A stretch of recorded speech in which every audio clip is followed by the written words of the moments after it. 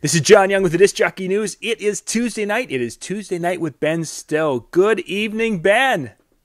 Good evening, John. Our year is winding down. We're just about ready for the holidays, but we still have time for some educational content. Oh, yes, we do.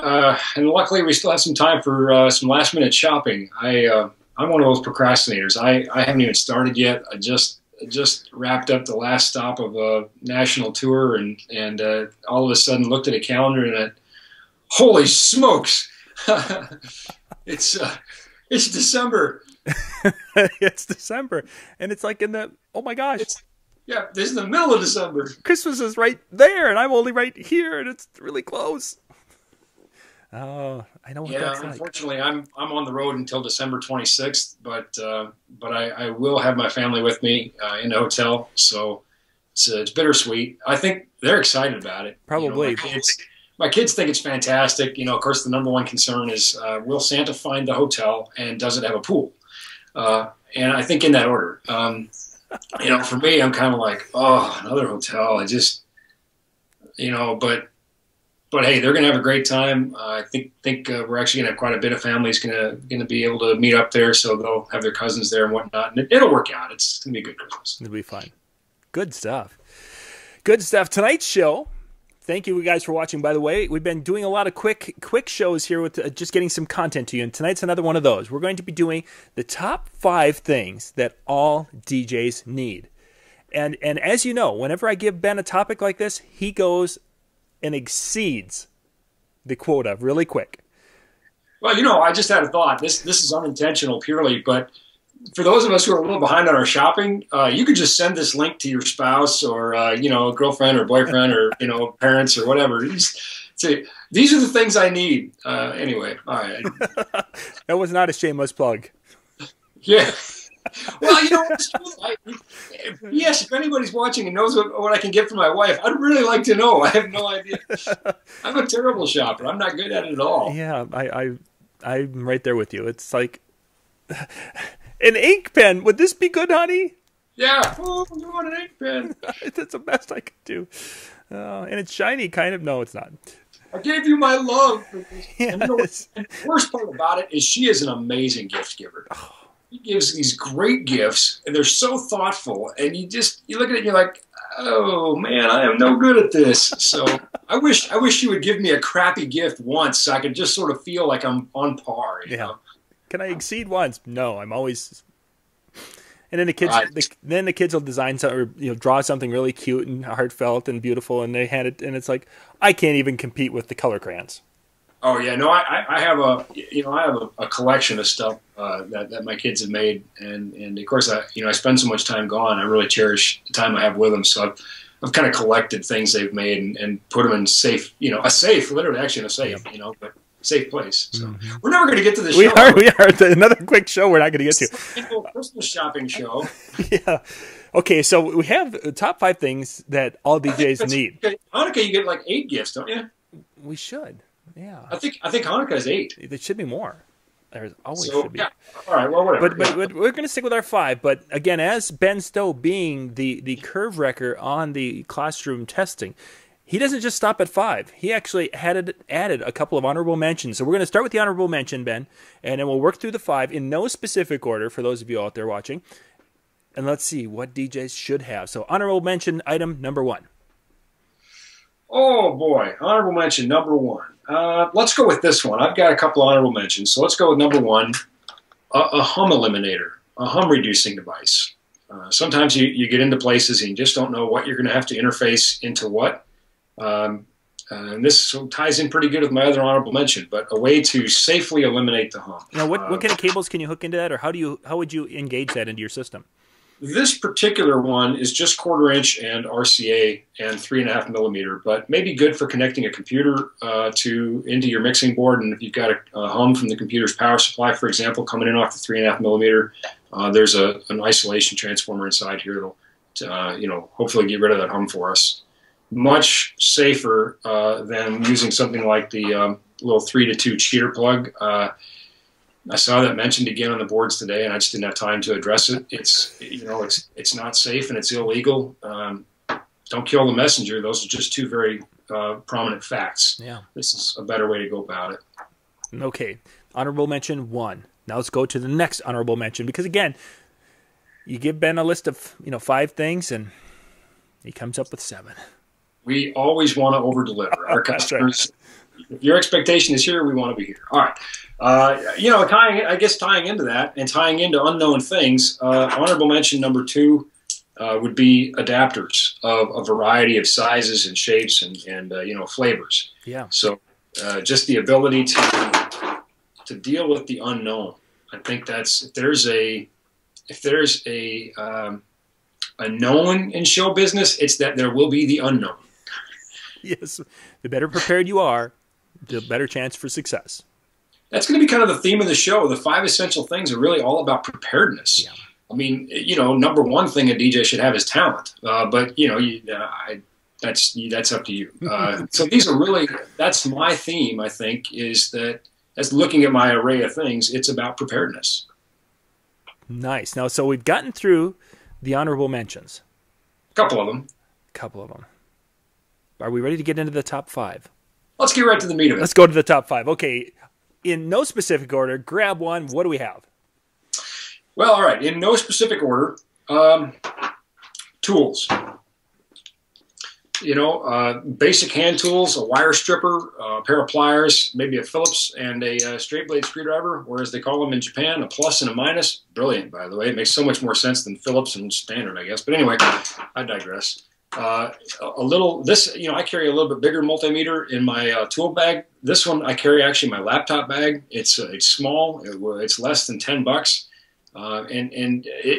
Is it great? No. Does it do the job? Yeah. It's small enough you can have it in any toolbox or in a rack drawer. It's always there, and it's a tremendous diagnostic tool for just figuring out what's going on and what to do with your tools. Which, for those of you who follow the show, we did a show, I think this past summer, didn't we, where we went through your toolbox and kind of went through a lot of the different things you carry with you to most of your shows. We did, yeah. That actually pretty much goes everywhere. I get some weird looks from TSA, but that's the nature of my existence on this planet. So, nice. So tools would be 1 of 5. Our next one is? Well, following the theme of tools, let's say spare parts. Mm. Spare knob for a crank stand, a tripod stand, spare cables. Now, some of you might say, but Ben, your cables are guaranteed for life. It says right there. That's true, and they are. And if anything goes wrong, we'll take care of it, but that doesn't help you at the moment. Remember, show business. I've seen people cut cables in road case lids. The extrusions, the aluminum, the lid doesn't shut tight, and the end of the night they try to kick the thing shut. They never look to see why it won't shut, and I've seen them chew through a cable. Ours are a little harder to chew through, but enough kicking will do the job. So, just spare cables, spare parts, spare parts, backup gear. That's failure is always an option. Unfortunately, in our business, it is. That's for sure. So that was 2. We're up to item number 3. Well, I guess we'll just follow right along. Cable tester. I could have put this in tools, but this is so handy. Quite literally, Sunday, working a major tour, one of the biggest names in the industry, period, and preemptively decided to test cables before I connected them in a few instances, and was just running through some basic checks. We had some breakouts from NL8 to NL4. Speak-on connectors, and I just wanted to know what my pinouts were, so I wasn't concerned about a cable being bad. I just wanted to make sure that in this instance I was sending the signals I thought I was sending to where I thought I was sending them, right? Sure. And the stage manager, the front of house engineer, the monitor engineer, and the tour manager all ended up buying cable testers. The tour said, "Where did you get that?" I said, "We sell them, actually." Really? They bought some geek shirts too, by the way, which I thought was kind of fantastic. Since it kind of snowballed. One bought it. The other one said, "What do you got? What are you doing there? Oh, look what he's got." And okay. And since then, I've actually had a couple messages on Facebook from other people on other tours that are friends of these guys, saying, "Hey, where do we get one of those cable testers?" So, nice. Yeah, it just such a handy piece of gear. It's got to be in the list for sure. Yeah, it's a great piece of equipment. Item number 2. Down to two. Let's go with gaff tape. One of our favorites. Got to gaff it. You know, if you have cables in anywhere that you're walking, you're not only protecting yourself and potentially a very serious injury, potentially needing surgery to your knees, something like that. Doesn't at our age, John, this isn't. I mean, it isn't really funny. We don't like to talk about it, but it's funny how when you were a kid, if you got hurt, it was doing something epic, like a skateboarding accident. Now it's picking up the roll of gaff tape. I threw out my back. I mean, we get hurt doing the silliest stupid thing. And so just a slight trip or stumble could be catastrophic for us. And not only us, but if we trip, and we could cause some catastrophic damage to our gear. Yeah. So anyway, all for the want of gaff tape. So it's up there. Okay, now before we continue on, the weirdest gaff tape use story you've ever heard. I'm not sure I could say it in pleasant company. No, I don't know. I mean, I've seen it used for just about anything, and sometimes it's used in ways that it's not very good at. Again, it's designed specifically for taping things down, for temporary use to a stage, things like that. Taping cables, taping down Marley to a stage, that sort of thing. I guess I don't have any good weird stories. Well, some of our viewers from our gaff tape show actually messaged me. The two coolest ones, and I wasn't sure if you saw these or not. They might have private messaged me. I haven't had a chance to look. I'm sorry. The first one was the gentleman split his pants, ripped out the whole crotch area of his pants. So he made himself basically like a diaper out of gaff tape. So he would have black showing through instead of his tighty whities. I really don't. I didn't want to get the visual of how he made himself a diaper out of it. I'm seeing him going around and back and forth, and oh my gosh, how would you take that off? Well, that really fits our theme of preparedness here. It would. The other one that was go on, and you don't want to be out there with whatever you got, whether it's tighty whities or heart print boxers or whatever. Bottom line, better to be seeing gaff tape, right? Yeah, exactly. So nobody even noticed then. And the other one that a lady had shared is they used gaff tape. She carries white gaff tape with her, and they used it to tape a bride's dress together in the back when something had popped open, and they were able to use it, and you really couldn't tell because it was a white gaff tape. So, stories than me. Interesting stories you hear. So, okay, we've gone through 4 in our list. What's our number 1? And again, these were in random order, just grabbing. But what's the number 1 of the 5?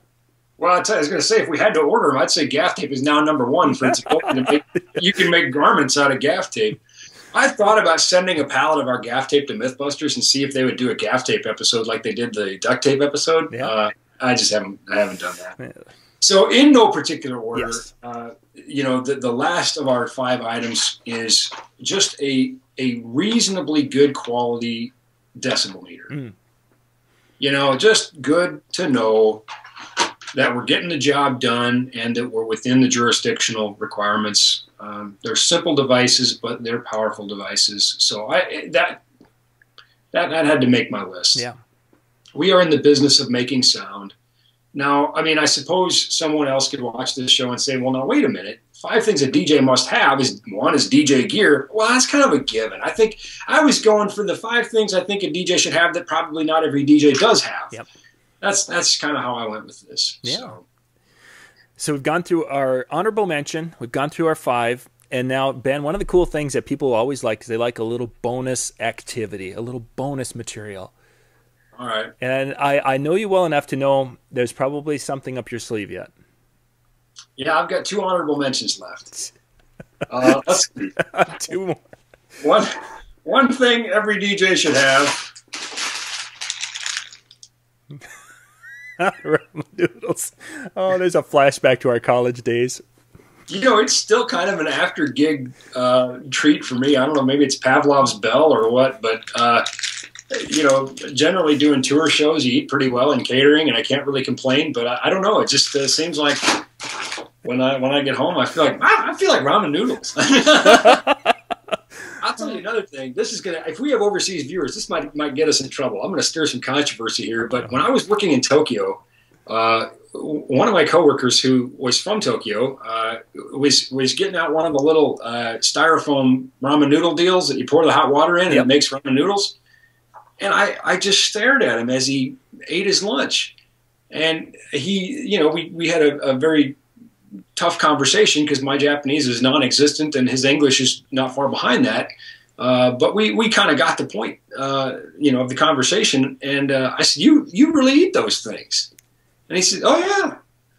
I said, I thought that was a joke that you perpetrated on the American people. I thought this was something that, like a great big joke Japan played on America. But no, they love ramen noodles. So that made me feel better. I'm eating authentic cuisine. Oh, the distance we go so far off topic sometimes. I tell you what though, I love just one of the great things about my job is I love other cultures. I eat food they tell me I shouldn't eat, even though it's their food. I like to try things. I like to challenge myself. Some of it I regret afterwards. There was this Vietnamese place that had like chicken feet and stuff in it, and that's cool, but it's not for me. So. But I like trying those things. So I was just surprised. Ramen noodles in a styrofoam container. I don't know, whatever. But so you just alluded to that you have 2 honorable mentions. You just showed us one. Do you have one last item that DJs should have? Yes, I do.